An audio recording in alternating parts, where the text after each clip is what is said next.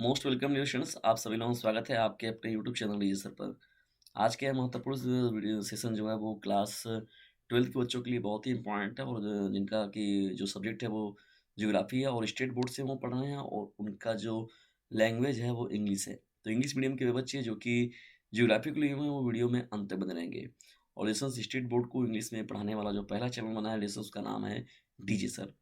देखिए, बात हो रही है सीबीएसई या आईसीएसई की, मैं बात नहीं कर रहा हूँ यहाँ पर, यूपी बोर्ड के बच्चों के लिए मैं बात कर रहा हूँ, या तो बिहार बोर्ड की बात हो रही है, उत्तराखंड बोर्ड की बात हो रही है, या जितने भी स्टेट बोर्ड आप लोग देखते हैं, तो स्टेट बोर्ड के इंग्लिश मीडियम की पढ़ाई के लिए जो पहला चलन है उसका नाम है डीजे सर।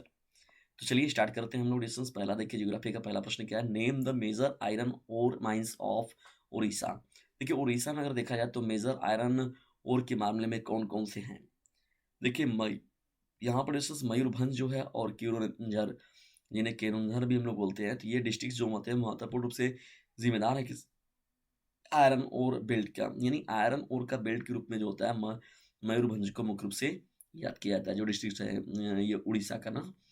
और बादाम पहाड़ जो माइंस हैं, ये बादाम पहाड़ माइंस जो है आर लोकेटेड हियर। ये देखिए, ये जो महत्वपूर्ण रूप से है, बादाम पहाड़ माइंस जो है वो यहीं पर लोकेटेड है। High grade iron ore is exported from here through Paradip मूपोर्ट। तो मुख्य रूप से जो होता है यहाँ पर जो तैयार किया जाता है वो मेजर पैमाने पर जो होता है वो तैयार किया जाता है। ठीक है, ये पहला आप लोगों का प्रश्न हो जाएगा। चलिए, इंपॉर्टेंट प्रश्नों की सीरीज में लोग बढ़ते हैं हम दूसरे महत्वपूर्ण प्रश्न की ओर। देखिए, सेकंड प्रश्न क्या है हम लोग का, what are blue collar workers. देखिए, ब्लू कलर वर्कर्स क्या होते हैं, इसके बारे में बात की जाए, थोड़ा सा अलग वर्ड लग रहा है। A blue collar workers is a member of the labor class who does not manual work and the either earns in hour wages or in a paid a piece of rate from the amount of work done। देखिए, कहने का मतलब जो work done अपने करते हैं तो उनको पीस रेट, यानी अलग अलग तरीके से रेट, मतलब जितने वो वर्क करते हैं तो उसी के अकॉर्डिंग क्या होता है, इन हावरली अगर देखा जाए, इन हावरली वेज के रूप में देखा जाए तो उनका पेड कर दिया जाता है अमाउंट को। पीस रेट जो होता है उनका डिफाइंड पहले से डिसाइड रहता है, उसी के अकॉर्डिंग क्या होता है, उनके वर्क डन के अकॉर्डिंग उनका जो पीस रेट होता है जो पहले से डिवाइड रहता है उनको पेड कर दिया जाता है वो। The term was first used in 1924। देखिए, इस वर्ड का जो पहली बार यूज किया था 1924 में। A green colour workers is a worker who is employed in environment. देखिए, ये मुख्य रूप से जो होते हैं वो who is employed in the environmental, environment के के मुख्य रूप से देखा जाए तो ये इन्वायरमेंट के तौर पर बनाए जाते हैं। ठीक है, environmental secret sectors of the economy. तो economical environmental sector of economics के ये मुख्य रूप से एम्प्लॉई होते हैं। कौन? जिन्हें हम लोग ब्लू कलर वर्कर के रूप में कहते हैं, यहाँ ब्लू कलर वर्कर भी बोलते हैं। चलिए, महत्वपूर्ण प्रश्नों की सीरीज में बढ़ते हैं हम लोग नेक्स्ट प्रश्न की ओर। देखिए, प्रश्न संख्या 3 भी जो हम लोग करे बहुत ही इंपॉर्टेंट प्रश्न है। डिस्क्रिप्शन बॉक्स में जाइए, वहाँ पर एक नंबर भी लग रहा है, उस नंबर का भी लाभ उठाइए ज़रूर। यहाँ पर जितनी भी चीज़ें मैं आप लोग को पढ़ा रहा हूँ, इन सभी चीज़ों को आप ये जो है पीडीएफ वगैरह भी आप लोग प्राप्त कर सकते हैं, लेकिन आपको जुड़ना पड़ेगा डीजी सर चैनल से, और वो जो नंबर मैंने दे रखा है उससे व्हाट्सएप मैसेज कीजिए, और जो व्यवस्थाएं मिलेंगी वो मिलेंगी आप लोगों को। Describe the socio cultural program affecting the human development index in India. देखिए, human development does not happen only with money. भाई, जाहिर सी बात है, ह्यूमन डेवलपमेंट जो होता है वो केवल मनी पर डिपेंड नहीं होता है कि मनी की वजह से ह्यूमन डेवलपमेंट होगा, ऐसे ऐसा नहीं है। हम मनी तो इंपॉर्टेंट चीज़ है, लेकिन ह्यूमन डेवलपमेंट जो होता है वो मनी पर ही देखा जाए ओनली नहीं है based. This is possible only where when there is all kind of economic social and cultural progress of a man. Historical जो होता है, historical factors such as colonialism होता हो गया, इम्पेरियलिज्म हो गया, एंड नियो इम्पेरियलिज्म हो गया। सोशल कल्चर जो जो फैक्टर्स होते हैं सच एज अगर देखा जाए तो ये सभी के सभी जो मुख्य रूप से जिम्मेदार होते हैं सोशल कल्चरल जो प्रोग्राम होते हैं वो affecting the human development index को, यानी देखा जाए तो ह्यूमन डेवलपमेंट इंडेक्स को डिफाइन कर ये प्रभावित करने के लिए, ये फैक्ट करने के लिए ये सभी लोग जिम्मेदार होते हैं। जैसे सचेज कहा जाए कि ह्यूमन राइट्स वियोलेशन हो गया, सोशल डिस्क्रिमिनेशन हो गया, on the basis of race हो गया, जेंडर हो गया, रिलीजन्स हो गया, कास्ट हो गया, इन सभी के अकॉर्डिंग जो होता है ये पूरे के पूरे जो होते हैं मिलकर बड़े पैमाने पर इसको प्रभावित करते हैं। जिसकी बात हो रही थी अभी आप लोगों के साथ ऊपर, जो टॉपिक था ह्यूमन ह्यूमन डेवलपमेंट इंडेक्स को। ठीक है, तो ये सभी के सभी जो महत्वपूर्ण बातें हैं वो प्रभावित निश्चित तौर पर करती हैं। चलिए, अब हम लोग आ गए हैं यहाँ पर क्वेश्चन नंबर अपने 4 की ओर। ये भी हम लोग का क्वेश्चन जो है बहुत ज़्यादा मोस्ट इंपॉर्टेंट है। What is economic development? देखिए इकोनॉमिक डेवलपमेंट क्या होता है और इकोनॉमिक डेवलपमेंट होता कैसे है, क्यों होता है, कहाँ पर होता है। निरसन से यदि थोड़ा सा भी हेल्पफुल लगे आप लोग के लिए सेशन, तो इसे अपने क्लासमेट पर शेयर कर दीजिएगा, क्योंकि याद रखिएगा ऑनलाइन प्लेटफॉर्म का सबसे महत्वपूर्ण साधन होता है sharing is the best way of learning. तो इसे अपने क्लासमेट पर शेयर जरूर कीजिएगा। What is economic development? देखिए इकोनॉमिक डेवलपमेंट के बारे में अगर हम लोग बात करें तो रिफर्स, ये मुख्य रूप से रिफर्स करता है, refers to the process which results in efficient exploitation of all the means of production of the country। देखिए जो भी मतलब क्या होता है इफिशिएंट एक्सप्लोइटेशन, मतलब क्या होता है जो चीज़ें आपका पैदा हो रही हैं, उत्पाद हो रहा है और उसका पूरा का पूरा उपभोग हो गया, मतलब वो इकोनॉमिक डेवलपमेंट रिफर्स करता है results in efficient exploration to all means of production. Exploitation में करता है और प्रोडक्शन यानी प्रोडक्शन हुई चीज़ों का वो एक्सप्लोइटेशन करता है। At the same time, there is a continuous and long-term increase in nation income and per capita income। प्रति व्यक्ति आय जो होता है और राष्ट्रीय आय जो होता है वो कहीं ना कहीं से ये बड़े पैमाने पर उसको अफेक्टेड करता है। And there is a situation of improvement in the standard of living and human development index. तो निश्चित तौर पर क्या होता है भाई, जाहिर सी बात है जब इंप्रूवमेंट देखने को मिलेगा तो वो लिविंग चीज़ें जो होंगी या तो ह्यूमन डेवलपमेंट जब इंडेक्स होगा तो उसको ये ऑटोमेटिकली क्या करेगा, इंक्रीज भी करने में ये इसका महत्वपूर्ण रूप से जिम्मेदार होगा या योगदान होगा इकोनॉमिक डेवलपमेंट का। ठीक है, तो ये क्वेश्चन नंबर आप लोग का फोर्थ हो जाएगा और फोर्थ क्वेश्चन भी जो है बहुत ही ज़्यादा इम्पॉर्टेंट है। चलिए अब इम्पॉर्टेंट प्रश्नों की सीरीज में हम लोग बढ़ते हैं। यहाँ पर क्वेश्चन नंबर 5 क्यों दे 5 हम लोग का प्रश्न क्या है, what is meant by administrative town? Administrative town का क्या अर्थ होता है? Capitals of nation and states where there are administrative offices of central government और provisional government there are called administrative cities.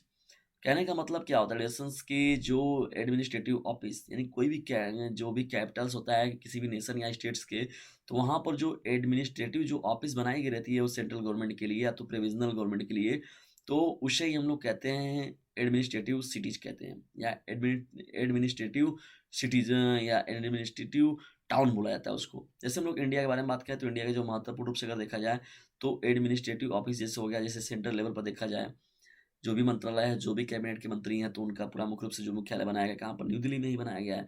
तो इंडिया की राजधानी जैसे देखा गया तो न्यू दिल्ली के रूप में हो गया। जैसे ऑस्ट्रेलिया के बारे में बात करें तो कैनबरा का हो गया और चाइना के बारे में बात करें तो बीजिंग का बात हो रहा है। States also have cities with administrative function such as Patna. जैसे देखिए बिहार का क्या हो गया, पटना।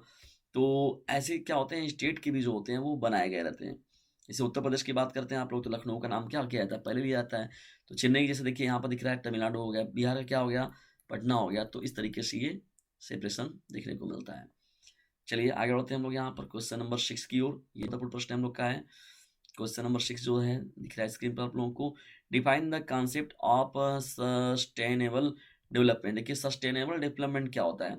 सस्टेनेबल डेवलपमेंट मीन्स का मतलब होता है a development in which the needs of the present generation are met without affecting the needs of future generation. देखिए मतलब कहने का मतलब क्या है कि प्रेजेंट जनरेशन का जो भी आवश्यकता की चीज़ें उसको पूरा करना, लेकिन फ्यूचर जनरेशन को बिना अफेक्टेड किए हुए ना, without affecting needs of future generation.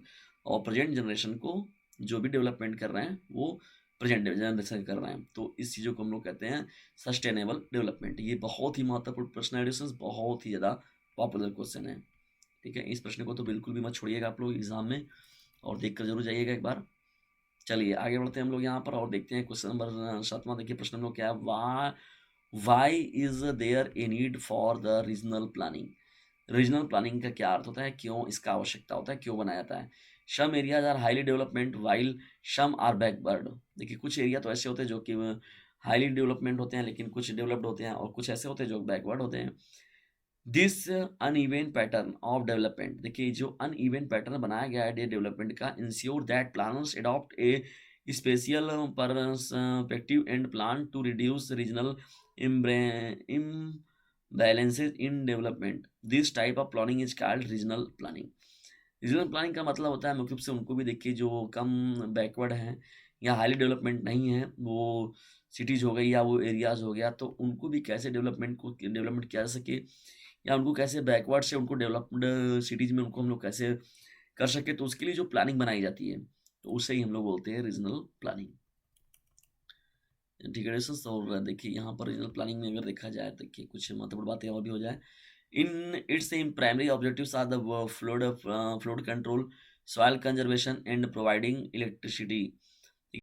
Starting में क्या किया गया था डिस्टेंस में कि देखिए प्राइमरी ऑब्जेक्टिव जो बनाए गए थे फ्लड कंट्रोल हो गया, सॉइल कंजर्वेशन हो गया and providing electricity. But TV जो जो रीजनल प्लानिंग में अगर देखा जाए तो आल्सो इन सभी चीज़ों को इंक्लूड कर दिया गया in the specific area such as industrial development. देखिए जैसे हो गया, ठीक है, फॉरेस्ट कंस्ट्रक्शन हो गया, वाइल्ड लाइफ प्रोटेक्शन हो गया, अर्बन प्लानिंग हो गया, रोड एंड रेल कंस्ट्रक्शन हो गया और promotion of good agricultural practices हो गया एंड मटेरियल कंट्रोल हो गया। तो इन सभी चीज़ों को जो किया किया गया उसे भी जोड़ दिया गया, ठीक है ना? इसे भी इस टॉपिक को भी, इस बात को भी इसमें लाकर जोड़ दिया गया, ठीक है?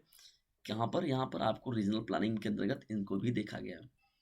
चलिए आगे बढ़ते हैं हम लोग क्वेश्चन नंबर 8 की ओर। देखिए क्वेश्चन नंबर 8 जो है वो भी बहुत ही इंपॉर्टेंट प्रश्न है और महत्वपूर्ण है। Mention the nature causes of water pollution. देखिए इम्प्योरिटी ऑफ वाटर, भाई ऐसी बात है, वाटर पॉल्यूशन कहा जाता है उसको। The main reason for the increasing level of the water pollution are, देखिए पहला देखिए क्या होता है, इंडस्ट्रियल वेस्ट। इंडस्ट्रियल वेस्ट जो होते हैं वो तो निश्चित तौर पर क्या किए जाते हैं, वो पानी में ही भेजे जाते हैं। Unfair practices in the agriculture sector, unfair जो कि अनुचित नहीं, अनुचित हैं वो कार्य, अनुचित unfair practices in agriculture sector. Poor water quality of rivers flowing in the plains, social and religious custom. भाई जाहिर सी बात होता है कि जो भी रिवर्स होते हैं फ्लोइंग हो रही है तो उसमें प्लेन से सोशल के तौर पर देखा जाए या तो रिलीजियस जो होते हैं कस्टम्स होते हैं वो भी प्रभावित करते हैं निश्चित तौर पर। Such as throwing dead bodies in the water, bathing, throwing garbage, while oil spilling from ship. देखिए ये सभी के सभी जो मिलकर जो जिम्मेदार होते हैं जिनकी वजह से वाटर पॉल्यूशन देखने को मिलता है। What is nuclear energy. देखिए न्यूक्लियर एनर्जी की बात हो रही है डिस्टेंस यहाँ पर, ये भी प्रश्न हम लोग का बहुत ही इंपॉर्टेंट है। न्यूक्लियर एनर्जी, यूरेनियम बारने में यूरेनियम 235 की जो बात होती है, यूरेनियम न्यूक्लियर।